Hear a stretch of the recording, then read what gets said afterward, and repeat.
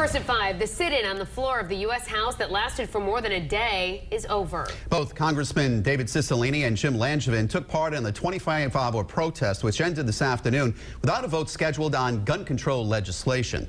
Eyewitness News reporter Steve Nielsen joins us live in studio with the latest developments. Well, they wanted to vote. That's why the House Democrats started this sit-in. One of the members of that protest from start to finish, as you mentioned, Congressman Cicilline, who was seen on video shouting shame and saying the Republicans are being disrespectful to Americans. Rise up. An eventful 25-and-a-half-hour protest. House Democrats holding a sit-in demanding a vote on gun control legislation. Rhode Island Congressman David Cicilline, one of the organizers. And I can think of nothing more disrespectful to the people they serve, to the people of this country, than what the Republican Party did tonight. After causing a delay in votes for hours overnight, Republicans came back and worked through the protest and chanting.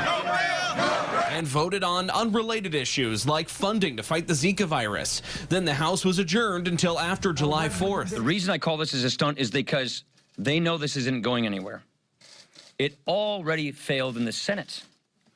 They may not like this fact, but this bill couldn't even get 50 votes in the United States Senate, let alone 60. More than a day after it began, House Democrats left the floor and spoke to a crowd outside the Capitol building. We got to go out and vote. Yes, right. We got to vote like we never, ever voted before. The vote is precious.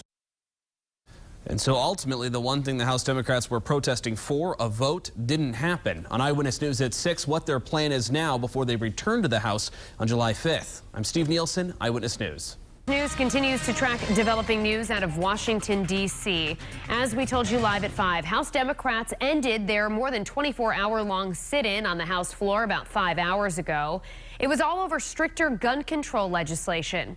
And new at 6, Steve Nielsen tells us what's next for their cause. He joins us with more developing news. That's right, Jen. I mean, ultimately here, the House Democrats did not succeed. The vote they wanted didn't take place, but they say they're now going to use the next 2 weeks to rally support in their districts. I do believe. The end of a 25-and-a-half-hour protest. House Dems demanding a vote on gun control legislation. The vote is precious. It's almost sacred. Yeah.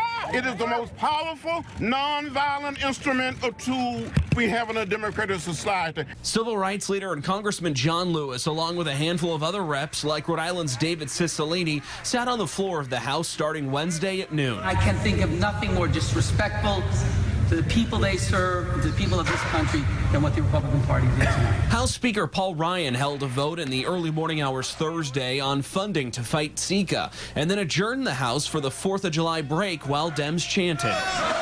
I don't think this should be a very proud moment for democracy or for the people who stage these stunts. With the House adjourned, the protest ended, but they say they'll take the fight to their districts and come back ready on July 5th. Let's get the message out as to what this is all about. Let's disarm hate. Let's get some common sense gun laws. Speaker Ryan says he's not going to give in to the protest and will, of course, keep you informed as that House session picks back up on July 5th. I'm Steve Nielsen, Eyewitness News.